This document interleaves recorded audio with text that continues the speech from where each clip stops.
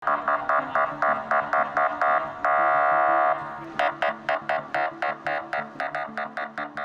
weekend marked a powerful and emotional turning point in the ongoing war between Russia and Ukraine.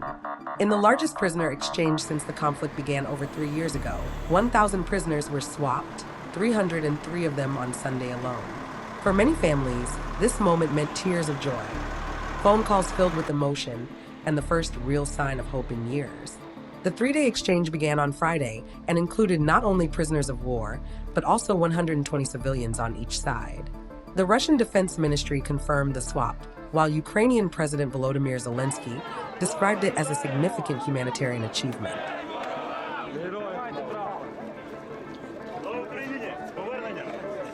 The moment was especially moving as freed Ukrainian prisoners were met by officials, including Defense Minister Rustem Umerov. Some wept as they called loved ones, struggling to believe they were finally free. The human cost of this war has been staggering, with hundreds of thousands of soldiers believed to have been wounded or killed and tens of thousands of Ukrainian civilians caught in the crossfire. But for a moment, this exchange offered something rare: relief and a glimmer of peace. What makes this event even more significant is the timing.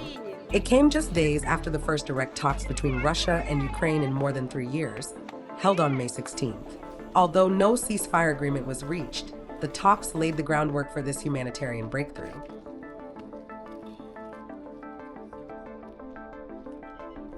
Ukraine, supported by the United States and several Western allies, has called for a 30-day ceasefire with no preconditions, a move meant to create space for broader peace negotiations. Russia, meanwhile, indicated through Foreign Minister Sergei Lavrov that it is now preparing a draft proposal for a long-term peace deal, which it plans to present to Ukraine. While political leaders debate terms, this prisoner exchange was a rare example of action over rhetoric. It proved that progress, even if small, is still possible.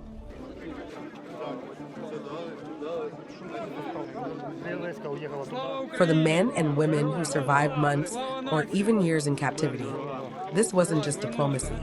It was life returning. Families reunited, phones rang with long-awaited voices, and the pain of war gave way, if only briefly, to healing.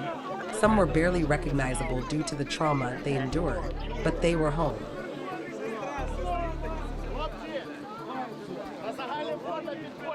This prisoner swap might not end the war, but it showed that dialogue can still save lives, and that behind every statistic, there are real people, families, and futures.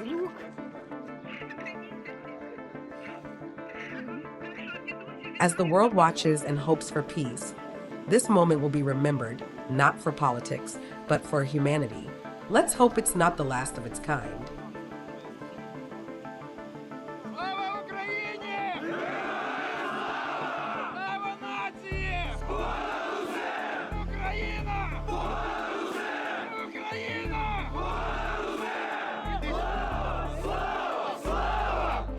Києва, бажаємо їм всього самого найкращого.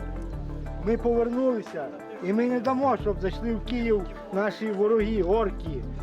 Ми не допустимо цього. Слава Україні! Героям слава! Я тебе люблю, все тобі хорошо. Все тобі сонячно, давай, пока. Давай, пока. Пока.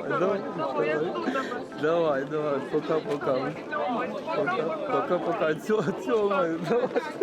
Це можна сказати? Це не виключай, скажу. Все, пацанам, да, хлопцям привіт. І кутузик і жде. Все, вже. Ми все рівно вернемося туди і знову станемо в ряди. Візьмемо зброю в руки, будемо захищати нашу неньку Україну. Не дамо тим гадам, іначе не можу сказати, щоб вони йшли і нищили наші землі, наших дітей, рідних, близьких. Смерть ворога! Вітаю хлопців вдома! Дякую!